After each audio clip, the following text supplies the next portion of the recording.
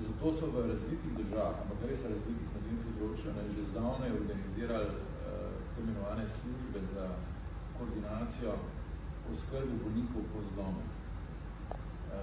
To je ta iniciativa, ki se imenuje s tujo kratico FLS, Fracture Wilson Services, se je začela pravzaprav na Škotskem. Škotska je pregovorno najbolj varčna država, oziroma področje. In tam so že zdavno, to je bilo že v prejšnjem desetletju, to se pravi pred prejšnjem desetletju, tam je bilo okrog leta 2005-2007, so tam ugotovili, da se v bistvu splača, to se pravi to privarčuje denar po eni strani, po drugi strani seveda zmanjša število zlomov, da se splača vse ljudi, ki utrpijo zlom, v okviru bolnišnice povabiti v neko sobo, ki se imenuje služba za, oziroma servis za koordinacijo bolnikov po zlomih, in se seveda potem tam ukvarjajo, je to osteoporozni zlom ali ni zlom in tako naprej. Se pravi, sistematično obravnava vseh ljudi, ki so trpeli zlome v okviru neke bolnišnice. Torej, v okviru Mednarodne fundacije za osteoporozo obstaja zemljevid vseh teh služb za zlome po Evropi. In kar se tiče Slovenije, je tudi v bistvu siva lisa, zapravo tudi niti ene ustrezno organizirane službe za oskrbo bolnikov po zlomih. Je pa mogoče bo to spodbuda za nas, ker se radi primerjamo s sosedi, je pa prva taka služba v bistvu nastala v Zagrebu, torej v bolnišnici Dubrava, pa tako službo imajo in so se že pojavili na zemlji. Torej Slovenija se še ni pojavila. Torej, kako bi to izgledalo? Izgledalo bi tako, da bi v okviru vsake bolnišnice imeli zraven še pridruženo službo za koordinacijo bolnikov po zlomih. Se pravi, UKC Ljubljana bi moral imeti ustrezno službo, UKC Maribor in vse te splošne bolnišnice. Tega v bistvu nimamo. Imamo neke druge entuzijastične poskuse, ki pa seveda ne more biti toliko uspešni. Zato, ker kot je znano, in to vidimo jasno, delitev dela je taka, da se kirurgi, ki vidijo te bolnike z zlomi, ne ukvarjajo samo osteoporozo. In dejansko, kljub temu, da smo precej razviti, kot smo slišali prej pozitivne stvari, ampak zdaj bom jaz mogoče danes taki govor bolj negativne, ker pozitivnih stvari je dejansko veliko, smo lahko ponosni na določene zadeve. Med drugim je recimo tudi ta protokol za referenčne ambulante narejen tako, da seveda ta referenčna ambulanta ne bi smela samo presejati s pomočjo fraks zdravih ljudi, v narekovaji zdravih, ampak bi v to referenčno ambulanto morali napotiti tudi vse po zlomih, kolka ali vretenca. Zdaj, jaz nisem pripričan, da se te referenčne sestre zelo veliko ukvarjajo s temi bolniki.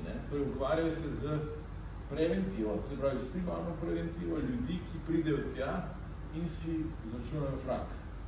Zdaj, kakšen je pa odstotek teh ljudi po zlomu kolka vretenca, ki pridejo te referenčne ambulante, jaz ne vem, nimam podatkov, ne upam si trditi, ampak bojim se, da je zelo nizek. Tako da ta plat tega protokola verjetno ne funkcionira tako dobro. To je prva stvar, druga stvar pa seveda nimamo teh služb v okviru bolnišnic, ki bi morale pa seveda tega bolnika povabiti, se z njim pogovoriti, preveriti, kakšen je mehanizem zloma, ali gre za osteoporozni zlom, morda indicirati mirjenje kostne gostote, če je to potrebno. Zato, ker prej smo slišali, da je v bistvu problem to, da je kostna gostota plačljiva. Ampak to ni glavni problem. Zato, ker glavni problem je slaba oskrba ljudi, ki te zlome že utrpijo. Torej, te ljudje se izgubljajo. Seveda, napredek je v tem področju vsekakor bil, ker smo se včasih srečevali z izvidi, recimo kirurgov, recimo bolnikov utrpijo 4 zlome vretenc, zaradi krhkosti kosti, in potem se je v izvidu videl, pa pošljite tega bolnika še na meritev kostne gostote, morda pa gre za osteoporozo. In potem je ta bolnik čakal 1 leto na meritev kostne gostote, vmes mogoče utrpijo še kakšne zlome vretenca, kar je seveda popolna neumno, zato ker se že sam zlom vretenca že zadošča za diagnozo. Torej, sigurno je slabo, da meritev kostne gostote ni na napotnica. Ampak to je, mislim, da sekundarni problem. Primarni problem je slabo zajemanje, še vedno relativno slabo zajemanje ljudi, ki so že utrpeli zlom. In to bo ostal problem, nažalost, dokler ne bomo teh služb vzpostavili, Zdaj zaplete se seveda pri denarju, ne? Torej vemo, da je posod kadrovska stiska, tukaj ti potrebuješ ponavadi to neka diplomirana medicinska sestra, ki se s tem, torej ustrezno izobražena, ki se s tem seveda ukvarja. Ne? To kirurg, traumatolog zagotovo ne bo delo in ne bo se s tem ukvarja. To ni njegovo delo in to se je izkazalo že zdavnaj v tujini, da to ni delo kirurga, to je delo nekega koordinatorja, ki skrbi za te paciente post-dom. In tega v Sloveniji nimamo, še vedno ne. In morda bomo zdaj, ker imamo v soseščini, ne, neko tako zadevo, morda bomo se zdaj mačken zganili, ne. Zato, ker to nas ponovadi boli, da so neki sosedi naši boljši. Je pa seveda ta zemljevid zelo izpolnen proti zahodu, ne, če bolj, se pravi, Anglija ima tega ogromno, Velika Britanija, se pravi, vse te zahodne države, proti zahodu je ta mreža, to se da pogledati na spletni strani Mednarodne fundacije za osteoporozo, je ta zemljevid zelo poln proti zahodu in bistveno manj poln proti vzhodu. In Slovenija je v bistvu tukaj zaenkrat prazna, ne?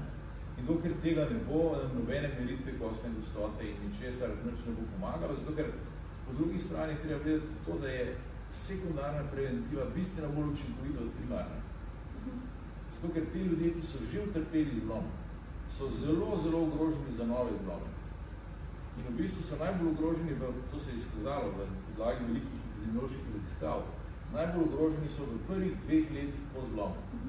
Prav, če nekdo utrpi zlom vretenca, je sicer ves čas bolj ogrožen kot drugi njegovi vrstniki, ki tega zloma niso imeli, ampak delež najbolj je ogrožen v prvih 2 letih. In medtem, ko se pri nas pošiljajo te bolniki po raznih ambulantah, doživljajo nove zlome. Ne?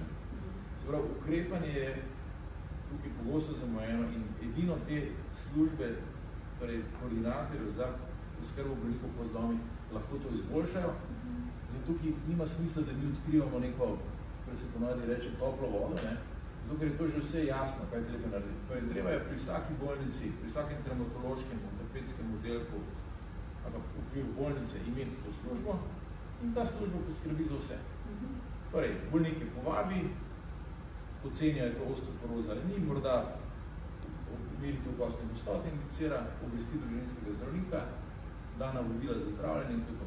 Vse ostalo je pa bistveno slabše in o tem je bilo že ogromno napisano, tako da pri nas ni drugega kot samo slediti temu modelu. Zaenkrat tega še nismo uspeli. Če bomo to uspeli, bo bistveno boljše. Je pa seveda moram povedati kot upone, da seveda Slovenija ni neka zdaj slaba izjema, ne? Tudi v drugih državah, tudi v številnih drugih državah je oskrba ljudi po zlomu še vedno preslaba. Tako da, ravno kar je bila zdaj narejena, tudi dostopna v okviru tega svetovnega dneva za osteoporozo, neka analiza Mednarodne fundacije za osteoporozo, kjer so gledali po zlomih, recimo po zlomu kolka, kaj se zgodi. Recimo v Španiji je bilo recimo tega številka se spomni, da se to natančno pogledati na spletni strani. Recimo, mislim, da 58% žensk po zlomu kolka z njimi se je zgodilo nič. Po zlomu kolka, to je jasno, da gre za osteoporozo, niso dobile nikakršnih ne dobili ničesar. Ne? Tako da ni to samo seveda slovenski problem, ampak tukaj je ta obravnava osteoporoze, torej prava obravnava sekundarna preventiva. Tukaj je zelo učinkovito poceni in ti ljudje so res ogroženi za zlome. In tukaj se da veliko, tukaj je še precejšnja rezerva. Vse ostalo je relativno dobro, ampak tukaj pa smo še vedno, nažalost, pa ne sami, ne, da ne vedno razumeli, da smo neka najslabša možna opcija, absolutno ne, ampak tukaj se da veliko še narediti. Tukaj je veliko prostora za izboljšanje.